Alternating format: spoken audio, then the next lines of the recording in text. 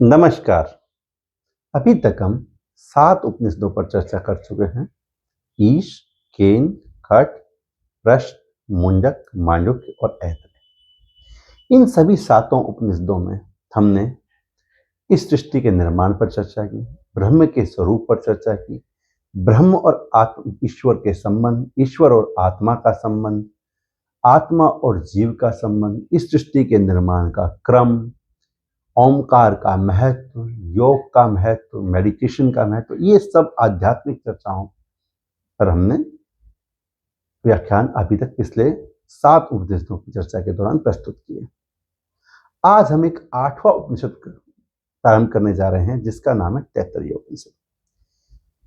इस उपनिषद में एक व्यवहारिक बात पर हम चर्चा करेंगे। किसी भी व्यक्ति के दिमाग में एक सहज प्रश्न, व्यवहारिक प्रश्न उठता है कि ब्रह्म का स्वरूप चाहे जैसा भी है, ईश्वर आत्मा का संबंध चाहे जो भी है, सृष्टि चाहे जैसे भी बनी हो, इंपॉर्टेंट चीज मेरे लिए, प्रैक्टिकल इंपॉर्टेंट चीज क्या है कि व्हाट शुड आई डू, मुझे क्या करना चाहिए। एक मनुष्य के रूप में, एक साधारण इंसान के रूप में मेरा कर्तव्य क्या है, मैं क्या करूं, ये एक सामान्य सहज प्रश्न है। तो इस प्रश्न का उत्तर आज हम तैत्तरीय उपनिषद के माध्यम से समझने का प्रयास करेंगे। तैत्तरीय उपनिषद में कुल मिलाकर के 3 वल्ली हैं। पहली शिक्षावल्ली, दूसरी ब्रह्मानंदवल्ली और तीसरी भृगुवल्ली। शिक्षावल्ली में 12 अनुवाक हैं, ब्रह्मानंदवल्ली में 9 अनुवाक हैं और भृगुवल्ली में 8 अनुवाक हैं। तो कुल मिलाकर के 29 अनुवाकों के माध्यम से ये उपदेश दिया गया है। इस उपनिषद का संबंध कृष्ण यजुर्वेद के तैत्तरीय आरण्यक से है। तैत्तरीय आरण्यक का 7वां और 8वां और 9वां अध्याय ही तैत्तरीय उपनिषद है। तो चलिए समझते हैं कि एक मनुष्य के रूप में मेरा क्या कर्तव्य है, मुझे क्या करना चाहिए। तो इस उपनिषद में ये बताया गया है कि एक मनुष्य को अपने जीवन में क्या अपनाना चाहिए, और इसका सार अगर हम समझें तो वो दिया गया है शिक्षावल्ली के 11वें अनुवाक में, जहां कहा गया है सत्यम वद, सदा सत्य बोलो, सत्यात न प्रमदितव्यम, सत्य बोलने में कभी कोई लापरवाही मत कीजिए। धर्मम चर, धर्म यानी अपने कर्तव्य का पालन कीजिए। धर्मात न प्रमदितव्यम, धर्म यानी अपने कर्तव्य के पालन में कभी कोई लापरवाही ना करें। जो आपका कर्तव्य है उसे ठीक से निभाएं। वो कर्तव्य आपका अपने परिवार के प्रति, माता पिता के प्रति, समाज के प्रति, देश के प्रति, अपने गांव समाज के प्रति, मानव मात्र के प्रति, जीव मात्र के प्रति, जो भी आपके कर्तव्य हैं उनका पालन कीजिए। स्वाध्यायात न प्रमदितव्यम, अध्ययन अध्यापन में प्रमाद नहीं करना है, यानी कि रीडिंग हैबिट आप में जरूर होनी चाहिए। अधिक से अधिक ज्ञान अर्जित करने की इच्छा आप में होनी चाहिए और अपने आप को जानने का प्रयास करना चाहिए।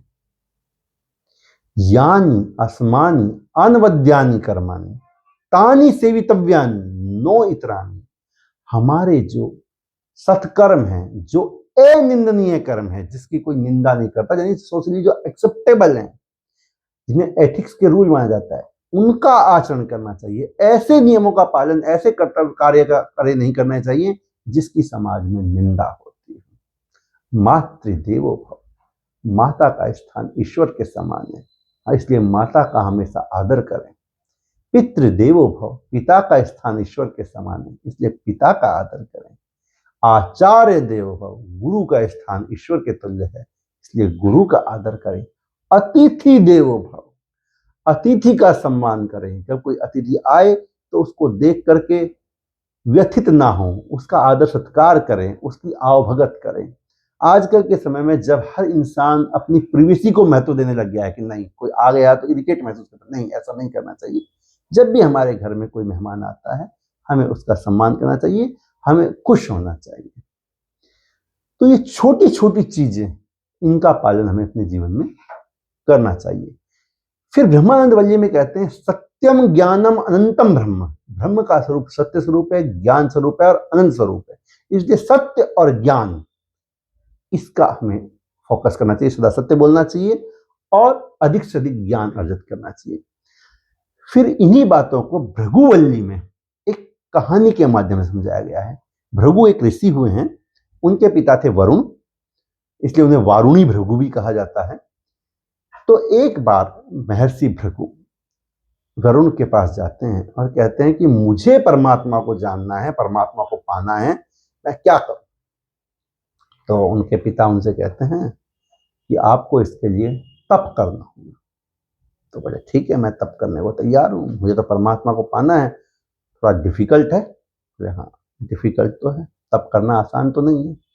तो ठीक है बताइए कैसे तप करना है, एक टांग पे खड़े होना है, क्या करना है? बोले नहीं, ये तप नहीं है कि आप एक टांग पे खड़े होके किसी मंत्र का जाप करें, ये आराधना है। तप क्या है? बोले मैं बताता हूँ तप क्या है। सबसे पहले परमात्मा का पहला स्वरूप है अन्नमय कोश। अन्न ही ब्रह्म है, अन्न ही परमात्मा है। तुम्हें अन्न का सम्मान करना सीखो, कभी थाली में झूठा मत छोड़ो। अन्न के एक एक दाने को प्रसाद की तरह ग्रहण करो, जैसे प्रसाद का एक दाना भी हम वेस्ट नहीं करते, कभी वेस्ट मत करो। तो भृगु कहता है बस इतनी सी बात, ये तो मैं कर लूंगा। बोले ये सुनने में बड़ा आसान है, व्यवहार में थोड़ा मुश्किल है, पहले इसका अभ्यास करो। जिस दिन तुम्हें ये लगे कि तुमने अन्न का सम्मान करना सीख लिया है, उस दिन मेरे पास आ। ऐसे भृगु इस कार्य को करते हैं, अभ्यास करते हैं कि एक भी अन्न का दाना वेस्ट ना हो। अन्न के अंदर ईश्वर के स्वरूप को देखना शुरू करते हैं, अन्न को ही परमात्मा मानना शुरू करते हैं और भोजन का अनादर करना खत्म कर देते हैं और भोजन का आदर करना शुरू करते हैं। और 1 साल लगता है उन्हें इस छोटे से काम की प्रैक्टिस में। 1 साल बाद अपने पिता के पास लौटते हैं, जी पिताजी मैंने अन्न का सम्मान करना सीख लिया है, अब तो मुझे परमात्मा मिला दो। बोले बेटा अभी तो तुमने पहली सीढ़ी पार की। परमात्मा का पहला कोश है अन्नमय कोश, दूसरा कोश है प्राणमय कोश। बोले वो क्या है? बोले हमारे अंदर 5 प्रकार की प्राणवायु, प्राण, अपान, व्यान, उदान और समान, और उस प्राणवायु पर नियंत्रण करना सीखो। बोले इसका मतलब? बोले हम श्वास लेते हैं, प्राणवास में प्राणवायु लेते हैं और प्राणवायु छोड़ते हैं, ये सहज रूप से अपने आप होता है, इसके लिए हम कोई परिश्रम नहीं करते। तप बस यही है, योगी वो होता है जिसका अपनी श्वास पे नियंत्रण होता है। तो आपकी श्वास आपके अनुसार चलनी चाहिए, तो अपने श्वास पे कंट्रोल करना सीखो। और उसके लिए क्या करना है? बोले उसके लिए एक छोटा सा अभ्यास के लिए वो बताते हैं कि महाव्याहृतियों को समझना है। जो 16 महाव्याहृति हैं, 4 मूल हैं और 3 तो हम सब जानते हैं, भू भुव स्व, जो हम अक्सर गायत्री मंत्र में बोलते भी ओम भूर्भुवः स्वः। तो वो कहते नहीं, इस तरह से नहीं होता। जब भी हम बोलते हैं भू तो हमें श्वास छोड़ना है, ब्रीद आउट। जब भी बोलते हैं भुव देन ब्रीद इन, और जब भी बोलते हैं स्व होल्ड द ब्रीथ। इस तरह से अपने श्वास पे नियंत्रण करना सीखो, और जब तुम्हारा अपनी श्वास पे नियंत्रण हो जाए तब मेरे पास वापस आना। तो 1 साल तक महर्षि भृगु अभ्यास करते हैं अपनी श्वास पे नियंत्रण करने का, और 1 साल तक उस श्वास पे नियंत्रण का जो तप करते हैं वो पहले से थोड़ा डिफिकल्ट होता है, लेकिन वो कर पाते हैं और फिर वापस अपने पिता के पास लौटते हैं। कहते हैं पिताजी श्वास पे भी नियंत्रण हो गया, अब आगे बताओ। बोले बेटा तीसरा कोष है मनोमय कोष, अपने मन पर नियंत्रण करो। हर अगला कोष पिछले कोष से थोड़ा डिफिकल्ट है। तुम्हारा मन तुम्हारे कंट्रोल में होना चाहिए, आप मन के अनुसार मत चलो, मन को अपने अनुसार चलाओ। अगर मन पर नियंत्रण सीख लिया तो बहुत बड़ी बाधा को पार कर लोगे, बहुत बड़ा स्टेप आगे बढ़ जाओगे। महर्षि भृगु 1 साल तक अभ्यास करते हैं और साल भर में अपने मन पर नियंत्रण करना सीखते हैं।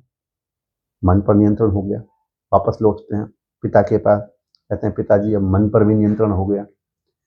तो कहते हैं ठीक है, तो अब चौथा कोष बताता हूं। चौथा कोष है विज्ञानमय कोष।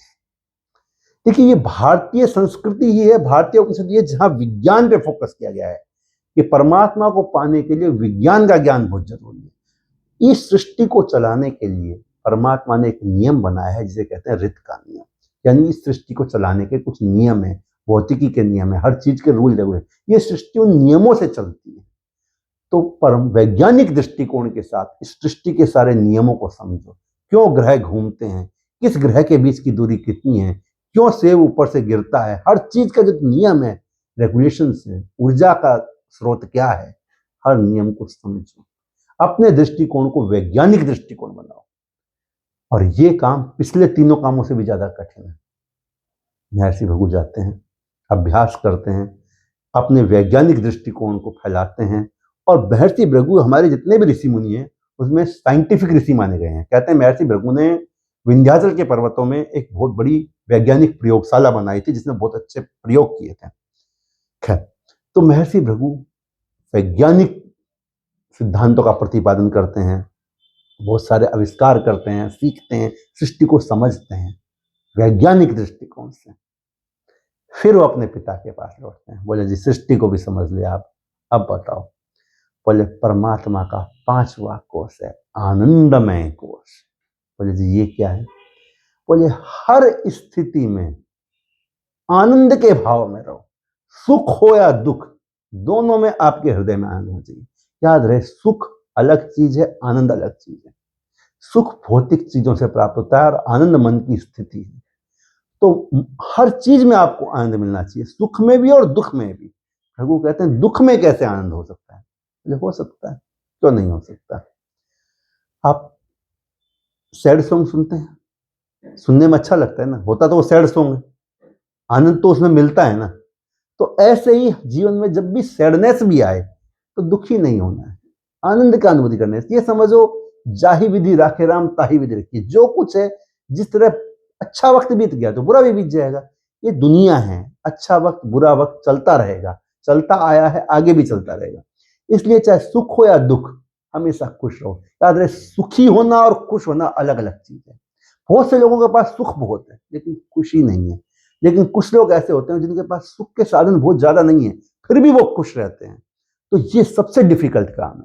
महर्षि भृगु को उनके पिता कहते हैं कि अब आपका 5वां तप जो है, असली तपस्या, वो ये है, हर परिस्थिति में आनंद की स्थिति में रहना, इसका अभ्यास करो। महर्षि भृगु को लगता है ये तो वाकई कठिन है, लेकिन उनके पिता कहते हैं अभ्यास अगर करोगे तो कुछ भी कठिन नहीं है, कोशिश करो। महर्षि भृगु कहते हैं ठीक है, मैं ये 5वां अभ्यास भी करता हूं और फिर आपके पास आऊंगा। तो 1 साल तक महर्षि भृगु अभ्यास करते हैं, चाहे सुख हो या दुख, हमेशा आनंद की स्थिति में रहते हैं। 5 साल भी बीत जाता है, लेकिन इस बार महर्षि भृगु अपने पिता के पास लौटकर नहीं आते। इस बार उनके पिता अपने पुत्र के पास जाते हैं, कहते हैं क्या बात है बेटा, परमात्मा को नहीं जानना, नहीं आए? तो महर्षि भृगु कहते हैं कि जिस इंसान ने हर सिचुएशन में आनंदित होना सीख लिया तो परमात्मा उससे अधिक और क्या है। जीवन में परमात्मा का असली ज्ञान ही यही है, हम हर स्थिति में आनंदित होना सीख लें, वही तो परमात्मा की प्राप्ति है। उसको परमात्मा खुद ब खुद मिल जाता है। जब आप परमात्मा के दिए हुए हर चीज को सहज भाव से स्वीकार करते हैं, हर परिस्थिति को सहज भाव से स्वीकार करते हैं, बुरे वक्त में भी परमात्मा को धन्यवाद देते हैं, तो परमात्मा खुद ब खुद मिल जाता है। फिर आपको किसी के पास ज्ञान मांगने जाने की आवश्यकता नहीं होती।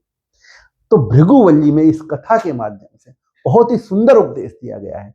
क्या कहा है? अन्न का सम्मान करो, श्वास पर नियंत्रण करो, मन को नियंत्रण में करो, वैज्ञानिक सोच रखो और हर परिस्थिति में आनंद की स्थिति में रहो। बस यही करना है। तो तैत्तरीय उपनिषद के माध्यम से ये जो उपदेश दिए गए हैं, ये वास्तव में व्यवहारिक उपदेश है। ये परमात्मा का स्वरूप चाहे जैसा भी है, हमें तो यही करना है।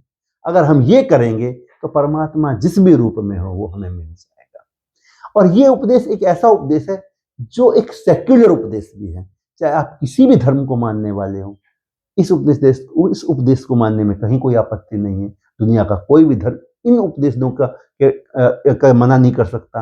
आप किसी भी संप्रदाय के हैं, किसी भी पंथ के हैं, यहाँ तक कि आप नास्तिक भी हैं, ईश्वर को नहीं भी मानते हैं, तो भी उपदेश तो यही है ना, सत्य बोलो, धर्म का पालन करो, गुरु का सम्मान करो, माता पिता का सम्मान करो, अन्न का आदर करो, प्राण सांस पर नियंत्रण रखो, मन को नियंत्रित रखो, वैज्ञानिक सोच रखो और आनंद की स्थिति में रहो। अगर आप नास्तिक भी हैं तो अल्टीमेटली इंसान अपने जीवन में क्या चाहता है?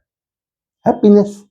चाहे जितने भी भौतिक साधन हो, अल्टीमेटली हमें लाइफ में क्या चाहिए? कि हम खुश रहें। तो बस जिसने खुश रहना सीख लिया उसमें वो सब कुछ मिल गया। अगर जीवन में आपके अंदर आनंद आ गया तो तो बस यही तैत्तरीय उपनिषद का संदेश है और उम्मीद करता हूँ कि हम सब धीरे धीरे इसका अभ्यास अवश्य करेंगे। जाहिर सी बात है, जब महर्षि भृगु को 5 साल सीखने में लगे तो हमें समय तो लगेगा, लेकिन शुरुआत तो करनी होगी ना। तो क्यों ना हम आज से ही थोड़ा थोड़ा शुरुआत करें ताकि एक दिन हम सब एक परम आनंद की स्थिति में आ सकें, ब्रह्मानंद की स्थिति में आ सकें। और इसी के साथ आज की चर्चा हम समाप्त करते हैं। अगले वीडियो में फिर मिलेंगे। नमस्कार। सत्यम ज्ञानम अनंतम ब्रह्म।